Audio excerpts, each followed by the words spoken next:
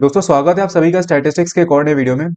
Measures of central tendency का third video है जहां पर हम डिस्कस करेंगे वेटेड अर्थमेटिक मीन के बारे में। इसके पहले लास्ट टू वीडियोस में मैंने आपको सिंपल अर्थमेटिक मीन और साथ में कंबाइंड अर्थमेटिक मीन ये पढ़ा दिया है। तो अगर आपने वाले वीडियोस नहीं देखे तो लिंक आपको डिस्क्रिप्शन में मिल जाएगा, आप जाकर के पिछले वीडियोस वहां से देख सकते हो।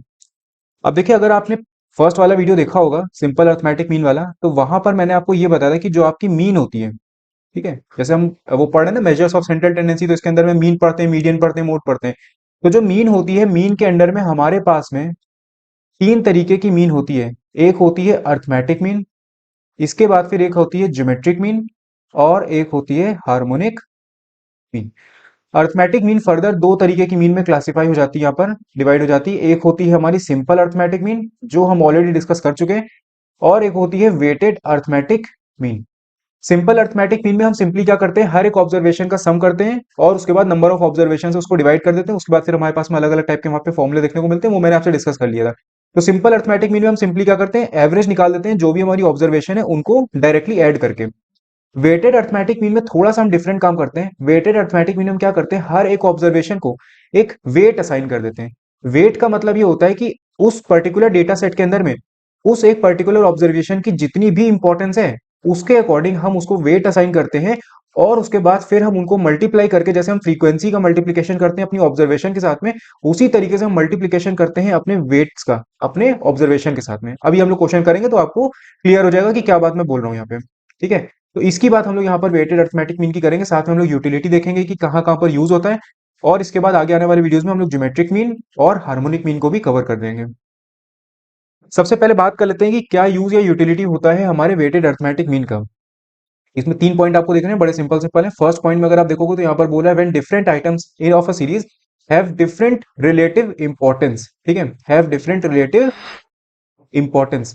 एक पर्टिकुलर डेटा सेट के अंदर में जरूरी नहीं है कि हर एक ऑब्जर्वेशन की सेम इंपॉर्टेंस हो सकता है जैसे अगर मान लो आप सेल्स का डेटा ले रहे हो, अभी मैंने क्वेश्चन भी इसका सेल्स का लिया हुआ है।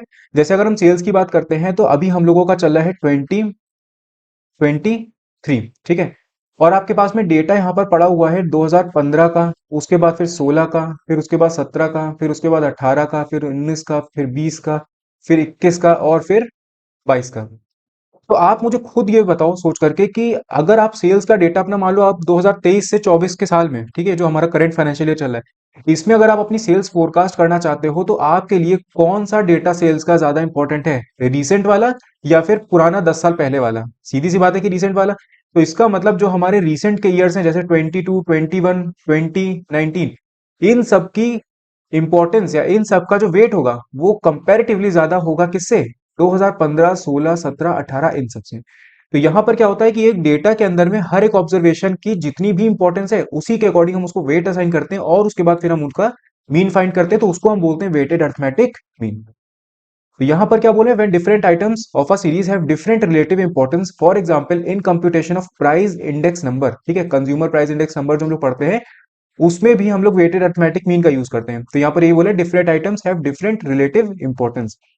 इसके बाद दूसरे पॉइंट में बोले व्हेन एवरेज ऑफ प्रपोर्शन, ठीक है, परसेंटेज और rates is to be calculated. जब भी देखिए नॉर्मल अगर आपको ऑब्जर्वेशन दी गई है, फॉर एग्जांपल यहाँ पर हमको अगर मान लीजिए कि वेट्स दिए जाते हैं, वेट्स हटा देते हैं, मार्क्स मान लीजिए दिए गए हैं, ठीक है, मार्क्स यहाँ पर हमको दिए गए, मार्क्स दे दिए गए हैं इस तरीके से 30, 40, 50, 60, इस तरीके से करके हमको अगर मार्क्स इनके दे दिए जाते हैं। अब मार्क्स अगर दिए गए हैं, आपसे मीन फाइंड करने को बोला, तो आप सिंपली क्या करोगे, सिंपल अर्थमेटिक मीन यहाँ पर निकाल दोगे। लेकिन अगर मान लीजिए कि यहाँ पर परसेंटेज दे दी जाती है कि 30%, 40%, ठीक है, 50% और 60%, तो जब भी आपको मीन फाइंड करना होता है ऑफ प्रपोर्शन, किसी प्रपोर्शन का, ठीक है, या फिर परसेंटेज का, या फिर रेट्स का, मतलब परसेंटेज तो खुद ही में अपने आप में एक तरीके से आप कह सकते हो कि एवरेज होती है। जैसे आप जो अपना वो निकालते हो परसेंटेज मार्क्स कि आपके 12th में कितने हैं, 11th में कितने हैं, वो तो अपने आप में एक तरीके की मीन होती है आपकी कि 83% आपके मार्क्स वहां पर आए हैं। लेकिन 83% इसमें आए, फिर 90% किसी में आए, फिर 80% किसी में आए। तो अगर हमको परसेंटेजेस का ही अगर मीन निकालना हो तो उस केस में हम यूज करते हैं अपना वेटेड अर्थमेटिक मीन। तो यहाँ पर क्या है, यहाँ पर अगर आपको प्रपोर्शन दे दिए जाते हैं, परसेंटेज दे दिए जाते हैं और रेट्स दे दिए जाते हैं, तो अब आपको वहां पर वेटेड अर्थमेटिक मीन निकालना पड़ता है। यहाँ पर आपको एग्जांपल में ये बोलोगे average of percentage of examination result और एवरेज ऑफ बर्थ रेट और डेथ रेट। इन सब केसेस में हम लोग वेटेड अर्थमेटिक मीन का यूज करते हैं। और लास्ट पॉइंट में यहाँ पर ये बोले when combined average of various groups is to be calculated, that is average salary of employees in a factory including manager, clerks, workers etcetera. देखिए यहाँ पर क्या होता है कि जैसे मान लीजिए यहाँ पर हमको दे दिया कि मैनेजर, ठीक है, हम लोग अभी क्वेश्चन भी करेंगे इसी तरीके से रिलेटेड, मतलब सेल्स वाला एक क्वेश्चन होगा, दो क्वेश्चन मैंने लिए हैं, उन दोनों क्वेश्चन में आपको क्लियर हो जाएगा कि वेटेड अर्थमेटिक मीन हम लोग कब कैलकुलेट करते हैं और किस तरह से कैलकुलेट करते हैं। तो ये मैनेजर दे दिया, मैनेजर के बाद फिर मान लीजिए कि क्लर्क दे दिया, उसके बाद फिर अदर स्टाफ यहाँ पर दे दिया। अब मैनेजर की जो सैलरी है वो यहाँ पर हमको दे दी गई 50,000 रुपये। क्लर्क की सैलरी दे दी इन्होंने 15,000 रुपये, ठीक है, और अदर स्टाफ की सैलरी दे दी इन्होंने 10,000 रुपये, ठीक है। और यहाँ पर ये बता दें कि पूरी फैक्ट्री में 3 मैनेजर हैं, ठीक है। क्लर्क की बात करें तो क्लर्क यहाँ पर 20 है और अदर स्टाफ यहाँ पर 10 है। तो अब यहाँ पर क्या होगा, ये जो आपका सैलरी दी गई है ये सैलरी हमारी हो जाएगी एक्स, और ये जो नंबर दिया गया है ये हमारा हो जाता है वेट। एक तरीके से आप कह सकते हो कि फ्रीक्वेंसी की तरह ये काम करता है हमारा। तो ये हो गया वेट। तो इसके बाद फिर हम यहाँ पर फॉर्मूला अप्लाई करते हैं और अपना आंसर यहाँ पे निकालते हैं। तो यहाँ पर आपसे ये बोला कि when combined average of various groups is to be calculated, that is average salary of employee in a factory including manager, clerks and workers. फॉर्मूले की अगर हम बात करें तो फॉर्मूला बड़ा सिंपल होता है इसका। जैसे आपने नॉर्मल मीन निकाला था अपना, नॉर्मल सिंपल अर्थमेटिक मीन, उसमें क्या था हमारा sigma x divided by n, यही फॉर्मूला था। इसके बाद जब हम जाते हैं अपना उस पे कंटिन्यूस सीरीज पे डिस्क्रीट सीरीज में, तो वहां पर थोड़ा फॉर्मूला हमारा चेंज हो जाता है। लेकिन यहाँ पर एक चीज का ध्यान रखिएगा कि वेटेड अर्थमेटिक मीन जब आप कर रहे हो तो वहां पर आपका ये डिस्क्रीट सीरीज और कंटिन्यूस सीरीज वाला कॉन्सेप्ट नहीं आता। यहाँ पर हमारे पास में सिर्फ और सिर्फ एक ही तरीके की सीरीज होगी जहां पर हमको ऑब्जर्वेशन दी रहेगी और साथ में वहां पर हमको वेट्स दे दिए जाते हैं। तो यहाँ पर हमारा मीन का जो फॉर्मूला होता था सिंपल अर्थमेटिक मीन का, वो कुछ इस तरीके से होता था। सिग्मा, ये इंडिविजुअल सीरीज में mean is equal to sigma x divided by N, यानी कि सिग्मा एक्स का मतलब होता था sum of observation divided by number of observation. तो यहाँ पर जब आप इसमें वेटेड अर्थमेटिक मीन में होगे तो ये फॉर्मूला हमारा बड़ा सिंपल होता है। यहाँ पर हम क्या करते हैं, सिर्फ और सिर्फ सिग्मा डब्ल्यू x divided by sigma W कर देते हैं। डब्ल्यू का मतलब हो जाता है वेट, एक्स का मतलब आपको पता है ऑब्जर्वेशन, और यहाँ पर भी डब्ल्यू का मतलब वेट हो गया। अब अगर आप ये वाला पार्ट देखोगे सिग्मा डब्ल्यू एक्स, तो इसका मतलब क्या है, इसका क्या मतलब ये होगा कि sigma W multiplied by x, ये होगा? नहीं, यहां पर इसका मतलब ये नहीं होता है। यहां पर इसका मतलब होता है कि आप डब्ल्यू और एक्स निकालो, मतलब वेट्स को मल्टीप्लाई करो ऑब्जर्वेशन से, इसके बाद इनका आप सम करो। वेट्स को मल्टीप्लाई करो ऑब्जर्वेशन से, इसके बाद इनका जब सम आप करते हो तो उसको हम बोलते हैं सिग्मा डब्ल्यू एक्स। तो ये आपको समझ में आ गया कि डायरेक्ट मेथड यहाँ पर जब आप अप्लाई करोगे तो आपका फॉर्मूला हो जाएगा सिग्मा डब्ल्यू x divided by sigma W. इसके बाद आते हैं हमारे शॉर्टकट मेथड पे। वेट है उसमें सिंपल अर्थमेटिक मीन में मैंने आपको जो फॉर्मूला बताया था वो कुछ इस तरीके का था, A plus sigma D X divided by N. आपको याद है sigma D X divided by N, D X का मतलब क्या होता था, डीएक्स का मतलब होता था डेविएशन। डीएक्स का मतलब होता था डेविएशन। डेविएशन हम कैसे निकालते थे, D X is equals to X minus A करके। सेम यहां पर भी हम यही करेंगे, जहां पर हमारा ये डीएक्स लगा हुआ है, जैसे हमने सिग्मा एक्स, जब वो वाला फॉर्मूला था डायरेक्ट मेथड, तो वो क्या था sigma x divided by N था, तो हमने वहां पर कर दिया था सिग्मा डब्ल्यू x divided by sigma W. तो यहां पर भी हम एन को हटा करके क्या कर देंगे, एन को हटा के हम कर देंगे सिग्मा डब्ल्यू, और डीएक्स के साथ में यहां पर हम लगा देंगे अपना डब्ल्यू। तो अब हमको क्या करना पड़ेगा, डीएक्स जो डेविएशन में निकाली उसको मल्टीप्लाई करेंगे हम वेट से, उसके बाद फिर हम उसका सम करेंगे, तो उसको हम बोलते हैं सिग्मा डब्ल्यू एक्स। तो ये हमारा लग जाता है शॉर्टकट मेथड। हालांकि आपको इतनी जरूरत नहीं पड़ेगी, एग्जाम में वेटेड अर्थमेटिक मीन का क्वेश्चन बहुत रेयरली पूछा जाता है, और अगर आता है तो आप डायरेक्टली मेथड, इसके डायरेक्ट मेथड को अप्लाई करके अपना आंसर निकाल सकते हो। बेकार के इस मेथड के चक्कर में मत पड़ना, ठीक है, मैंने बता दिया आपको, लेकिन इतना ज्यादा आपके लिए रेलिवेंट नहीं होता ये अप्लाई करना शॉर्टकट मेथड, ठीक है। डीएक्स का मतलब वही हमारा एक्स माइनस ए। अब देखें क्वेश्चन वन, अगर आप देखेंगे यहाँ पर हमको ईयर दिया गया है, ईयर में है 2015, 16, 17, 18 और 19, ठीक है। तो हम ये मान रहे हैं कि 20 का डेटा हमारे पास में नहीं, 20, 21, 22 ये सब का डेटा नहीं है, 19 तक का डेटा आपको दिया गया है। और यहाँ पर आपको सेल्स बताई गई है लैक्स में। 25 लाख की सेल हुई है 2015 में, 30 लाख की सेल हुई है 2016 में, उसके बाद 16 लाख की हुई है 2017 में, 40 लाख की हुई है 18 में, और 32 लाख की हुई है 19 में। अब यहाँ पर क्या है, यहाँ पर आपको अगर मान लो सेल्स फोरकास्ट करनी है कि आपकी एवरेज सेल्स कितनी है, आप पिछले डेटा को उठा करके तो आगे की सेल्स वो करते हो, एस्टिमेट लगाते हो कि हाँ मैंने इतने एवरेज सेल में कर रहा हूँ, मेरी इस साल में जो 2020 का साल होगा, यहाँ तक हमको 19 का दिया गया है। तो अगर मैं आपसे पूछूं कि 2020 का आपकी सेल कितनी हो सकती है, तो आप क्या बोलोगे, पिछले डेटा का मीन ही तो निकाल के आप मुझे बताओगे, एवरेज ही तो बताओगे। तो यहाँ पर आपने क्या किया, जो आपकी 2015 की सेल थी, क्योंकि हमारे सबसे पिछले साल की पुरानी सेल है, तो इसको हमने सबसे कम वेट असाइन किया। नॉर्मली जब आप क्वेश्चन कर रहे होगे एग्जाम में, क्वेश्चन आपको वेट्स कई बार असाइन करके देता है, 90% केसेस में ऑलरेडी असाइन करके देगा। नहीं अगर असाइन किया है तो आप अपनी मर्जी से 1 2 3 4 5 करके उसको असाइन कर सकते हो। तो यहाँ पर 25, जो हमारी 2015 की सेल थी 25 लाख की, उसको हमने सबसे कम वेट असाइन किया, यानी कि 1। इसके बाद जैसे जैसे हमारा साल बढ़ता गया वैसे वैसे हमने अपने वेट को बढ़ाते गए। इसका मतलब अगर आप यहाँ पर देखो, तो जो हमारी 2019 की सेल थी यानी कि 32 लाख, इसको हमने सबसे ज्यादा वेट असाइन किया। इसका मतलब इसकी इंपॉर्टेंस हमारे लिए सबसे ज्यादा है उस पर्टिकुलर डेटा सेट के अंदर।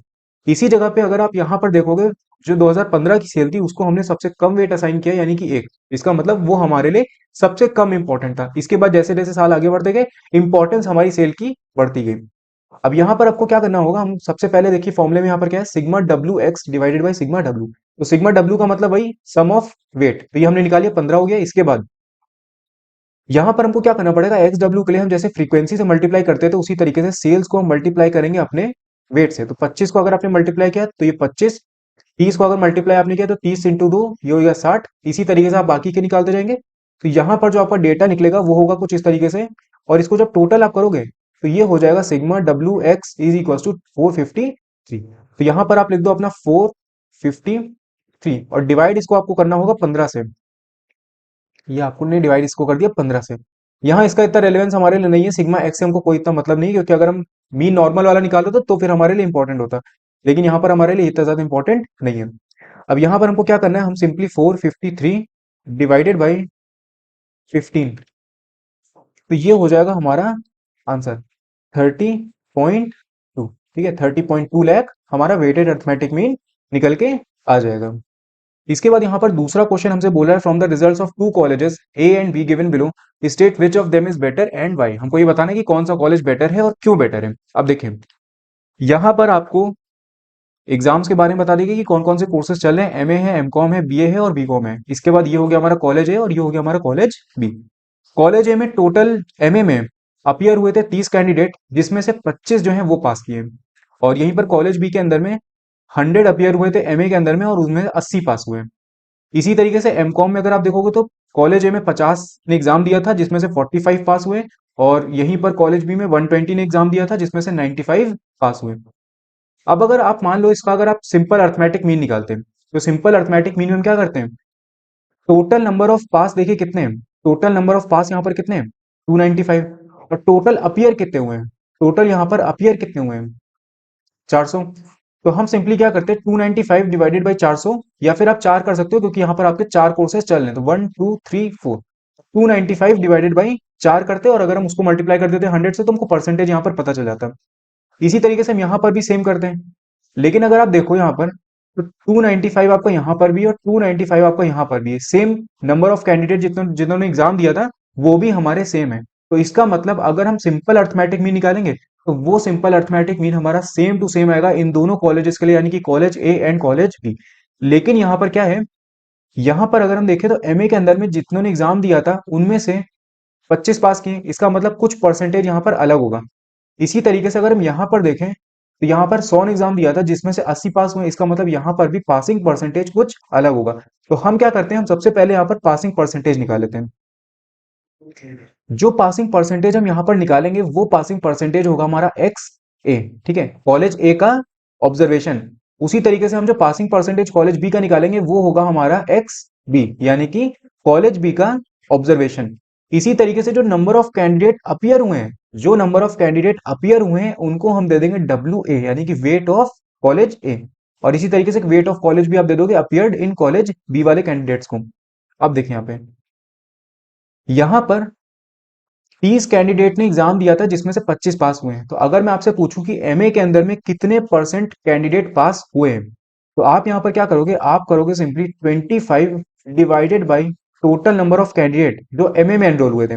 जो एमए के अंदर में एनरोल हुए थे उसमें 30 थे और 25 ने पास किया। इसका मतलब अगर हम इसका परसेंटेज निकालें तो ये कितना हो जाएगा, 25 डिवाइडेड बाई 30, 83.33, 83.33। इसी तरीके से आप दूसरे का निकाल दोगे, यहाँ पर 45 है तो ये हो जाएगा 45 डिवाइडेड बाई 50 और मल्टीप्लाइड बाई 100। तो यहाँ पर भी इसको कर लेते हैं 45 डिवाइडेड बाई 50, तो ये हो जाएगा 90%। ठीक है।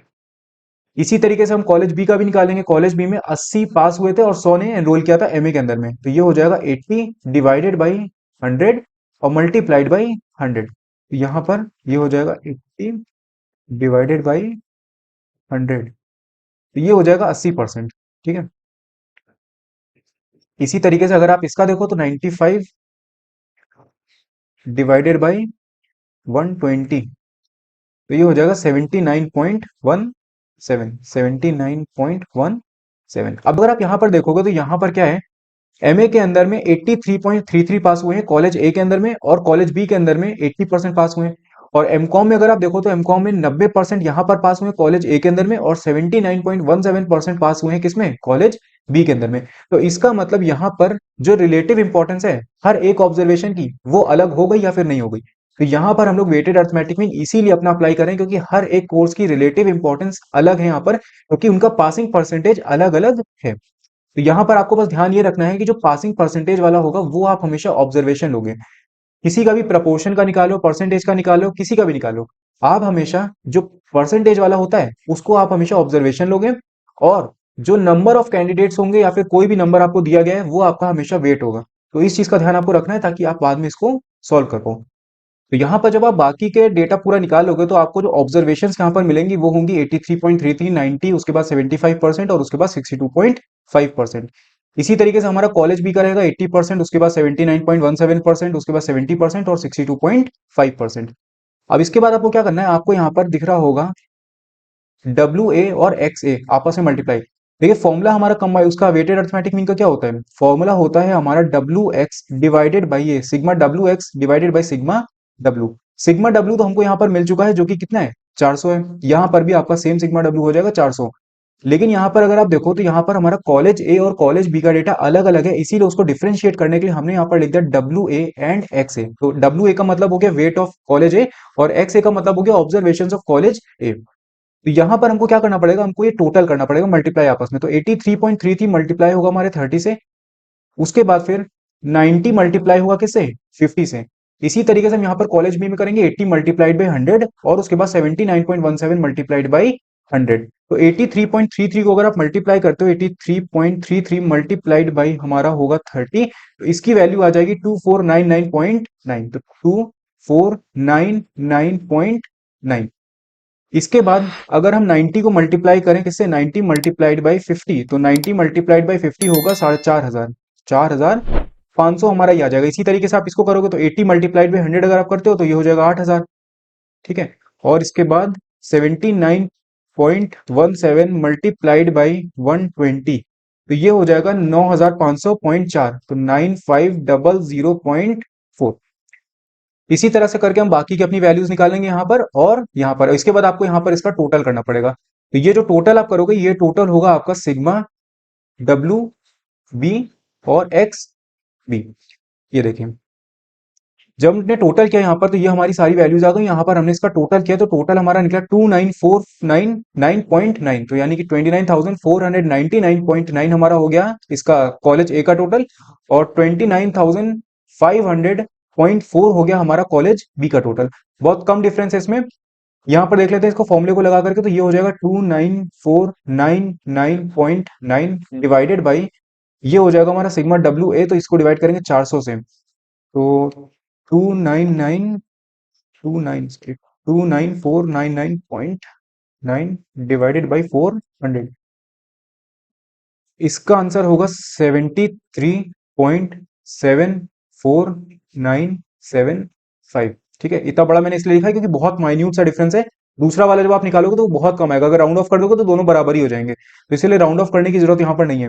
इसके बाद दूसरे में अगर हम देखें तो यहाँ पर होगा हमारा कॉलेज बी का 29500.4 डिवाइडेड बाई 400, 29500.4 डिवाइडेड बाई 400, तो ये हो जाएगा 73.751, 73.751। ये देखिए आपको सामने सामने दिख रहा होगा कि दोनों कॉलेजेस का, इस कॉलेज का हमारा टोटल आ रहा है कॉलेज ए का 73.74975, और कॉलेज बी का आ रहा है 73.751। इसका मतलब ज्यादा किसका है, बहुत माइन्यूट सा डिफरेंस है, लेकिन कॉलेज बी का हमारा जो पासिंग परसेंटेज है वो ज्यादा है, यानी कि वेटेड अर्थमेटिक मीन अगर ज्यादा हो रहा है तो इसीलिए हमारा कॉलेज बी बेटर होगा कॉलेज ए से।